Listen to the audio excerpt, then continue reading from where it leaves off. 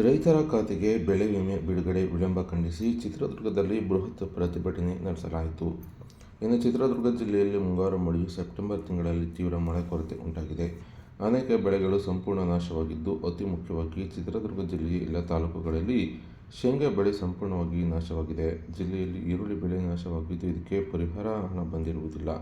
ಅನೇಕ ಬಾರಿ ಬೆಳೆ ವಿಮೆಗೆ ಮನವಿ ಮಾಡಿಕೊಂಡರು ಹಾಗೂ ರೈತರು ಉಪವಾಸ ಸತ್ಯಾಗ್ರಹ ಕೈಗೊಂಡರೂ ಸಹ ರೈತರ ಖಾತೆಗೆ ಬೆಳೆ ವಿಮೆ ಬಂದಿರುವುದಿಲ್ಲ.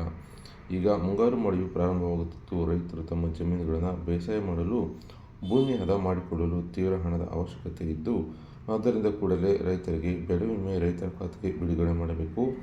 ಕೇಂದ್ರ ಗೃಹ ಸಚಿವ ಅಮಿತ್ ಶಾ ಅವರು ಚಿತ್ರದುರ್ಗಕ್ಕೆ ಆಗಮಿಸುತ್ತಿದ್ದು, ಈ ಬಗ್ಗೆ ಗಮನ ಹರಿಸಬೇಕು ಮತ್ತು ಪ್ರಧಾನಮಂತ್ರಿಗಳು ಕೊಟ್ಟ ಮಾತನ್ನು ತಾವುಗಳು ಸಾರ್ವಜನಿಕ ಸಭೆಯಲ್ಲಿ ಭದ್ರಾ ಮೇಲ್ದಂಡೆ ಯೋಜನೆಗೆ 5,300 ಕೋಟಿ ಹಣ ಬಿಡುಗಡೆ ಮಾಡುತ್ತೇವೆ ಎಂದು ಹೇಳಿದ್ದು, ಬರದ ನಾಡಿಗೆ ನೀರು ಹರಿಸಲು ಹಣ ಬಿಡುಗಡೆಗೊಳಿಸುತ್ತೇವೆ ಹಾಗೂ ತಾವುಗಳು ಆಶ್ವಾಸನೆ ನೀಡಿದ ಕೊಟ್ಟ ಮಾತಿನಂತೆ ನಡೆದುಕೊಳ್ಳಬೇಕೆಂದು ಒತ್ತಾಯಿಸಿದ್ದಾರೆ.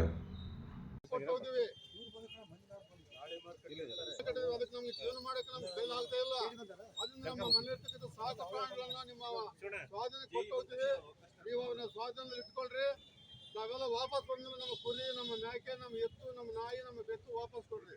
ಇಂತಹ ಪರಿಸ್ಥಿತಿ ಇದಾಗಿದೆ. ಅಲ್ಲೇ ಇವ್ರೇನು ಸರ್ಕಾರಗಳನ್ನು ಬದುಕಿದಾವಿಲ್ಲ ಮರಯ. ಜುಲೈ 30 ತಾರೀಕು ಅಂತ ಕಟ್ಸಿಬಿಡ್ತಾರ. ಕಟ್ಸೋರು ಏನೋ ಒಂದು ಪ್ರಚಾರ ಕೊಡ್ತಾರೆ, ಮೊಬೈಲ್ ಪ್ರಚಾರ, ಟಿವಿಯಲ್ಲಿ ಪ್ರಚಾರ, ಅಯ್ಯೋ ಪೇಪರ್ನಲ್ಲಿ ಪ್ರಚಾರ ಕೊಡ್ತಾರೆ. ಇವಾಗ ಯಾರು ಮಾತಾಡ್ತಾ ಇಲ್ಲ. ಕಾರಣ ಏನು? ಇಂಥ ಒಂದು ಮೋಸದ ಹಾಸ್ಪಿಟಲ್ ಕಂಪನಿಗಳು ಇವತ್ತು ರೈತರನ್ನ ಮೋಸ ಮಾಡಿ ಹಗಲು ದರೋಡೆ ಮಾಡ್ತಕ್ಕಂಥ ಕಂಪನಿಗಳಿಗೆ ಇವತ್ತು ಧಿಕ್ಕಾರ ಆಗ್ತಾ ಇತ್ತು ನಾವು.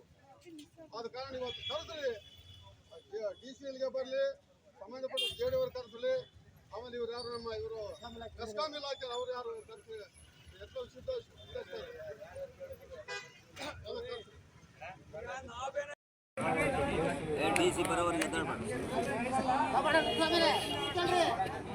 ಅಲ್ಲ ಕರೆಂಟ್ ಕೈ ಇಟ್ಕೊಂಡ್ರೆ ವೋಲ್ಟೇಜ್ ಬರಲ್ಲ ಅಂತ ವೋಲ್ಟೇಜ್ ಅವರು ಬರ್ತಾರೆ. ಅವ್ರು ಎಡಬಲ್ ಹಿರಿಯಕ್ಕೆ ಬರ್ತಾನೆ. ಹಂಗೆ ಚಳಕೆರೆಗೆ ಭೂತಚರ್ ಬಾಪು ಸತ್ಯಾಗ್ರಹ ಕುಂತಿದ್ರು. JD ಅವರೆಲ್ಲ ಬಂದು ಕಬ್ಬಿನ ಹಾಲು ಅದೆಲ್ಲ ಕುಡಿಸಿ ಮೆಲ್ಲಕ್ಕೆ ಉಗಾದಿಗೆ ಹಾಕ್ಬಿಡ್ತೀವಿ ಅಂತ ಹೇಳಿ ಹೋದರು. ಇವತ್ತಿನವರೆಗೂ 28 ಕ್ಲಾಸ್ 30 ಕ್ಲಾಸ್ ಅಂತೇಳಿ ಜನ ನಿಲ್ಲಿಸಿ ಎಲ್ಲ ಕಟ್ಸ್ಕೊಂಡ್ಬಿಡ್ತಾರೆ ಬೆಳೆ ವಿಮೆನ. ತಗೋಣಕ್ 25 ಜೊತೆ ಮೆಟ್ಟರ್ಗೆ ಹೋಗ್ಬೇಕು ಇವ್ರು. ಅಂತ ಒಂದು ಸರ್ಕಾರಗಳಿವು. ಸರ್ಕಾರಗಳಿಗೆ